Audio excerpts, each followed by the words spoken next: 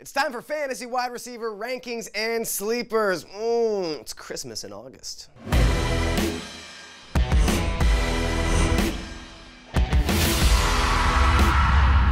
Welcome to Keepers. I'm Matt Ufford, and this is my 2014 preseason fantasy rankings for wide receivers. I'm going to hit on my top 20 and give you some sleepers to boot. You ready? Let's do it. The top spot belongs to Calvin Johnson, of course. He's worth the 6th pick overall, and I'd even get him at 5 if you have a PPR league. If you miss out on Megatron, don't sweat it. There's a cluster of fantastic receivers that I'd love to have at the end of the first round or early in the second.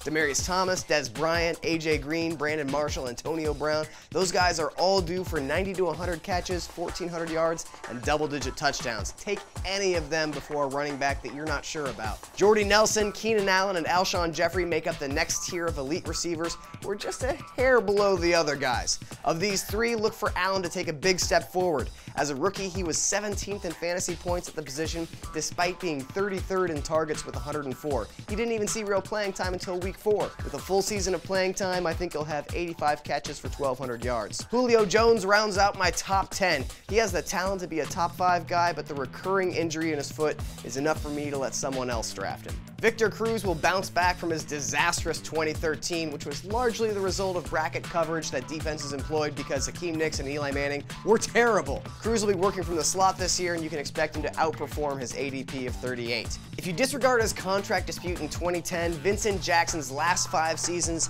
have produced 1,100 yards and between 7 and 9 touchdowns every year. He's big, he's physical, he's reliable, love him. Roddy White and Andre Johnson are a couple of old men who run precise routes and catch everything. Of the two, Roddy gets the edge because his quarterback is not Ryan Fitzpatrick. Michael Floyd is slowly supplanting Larry Fitzgerald as the man in Arizona. Floyd already registered more yards than Fitty in 2013. Expect his targets and touchdowns to catch up this year. Don't be too concerned about San Francisco's suddenly crowded wide receiving core. Colin Kaepernick only has one true love, and that's his shoe closet. But after the shoe closet, it's Michael Crabtree. Despite what Richard Sherman says, Crab is better than mediocre. I understand there being some concern about Jeremy Maclin's ACL, but on the other hand, hello, Eagles wide receiver. Believe in Chip Kelly, people. He's gonna make you happy. Kendall Wright is a PPR machine who frustrated owners by never scoring last year.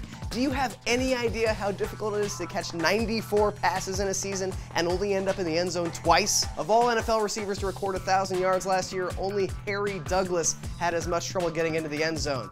And nobody wants Harry Douglas. Expect Wright to find the end zone 5 or 6 times this year. Cordero Patterson is a dynamic playmaker whose late season surge guarantees that he will be drafted too early by someone in your league. He's good, but he's also overrated. And finally, it's easy to discount Percy Harvin because of his injuries and the Seahawks' reluctance to throw, but he was the 7th best fantasy wideout in 2011 despite having less than 1,000 receiving yards. Don't discount the jet sweeps. There's your top 20. How about some sleepers? First up, let's talk rookies. Sammy Watkins is commonly compared to AJ Green and Julio Jones, and you should expect him to have an instant fantasy impact. Brandon Cooks is generating buzz as a PPR force, filling the undersized burner role vacated by Darren Sproles. Mike Evans and Kelvin Benjamin offer great upside, but I'm concerned they're still a year away from making an impact. And Eagles rookie Jordan Matthews is an intriguing option if you like Chip Kelly, but don't want to draft Riley Cooper. Who can blame you? Moving on, Josh Gordon obviously is not a sleeper, but if your draft happens before the verdict on his appeal, I think he's worth grabbing in the 10th-ish round and stashing for your playoff run. In the meantime, Andrew Hawkins should be the main player to benefit from Gordon's absence. For someone who caught 76 passes for over 1,000 yards in 2013, Brian Hartline has a ridiculous ADP of 150. If you believe in new Dolphins OC Bill Lazor, get Hartline late. And finally, how about Kenny Britt? Can you rely on Sam Bradford to get him the ball? No. Should you have faith in an offense coached by Brian Schottenheimer? No.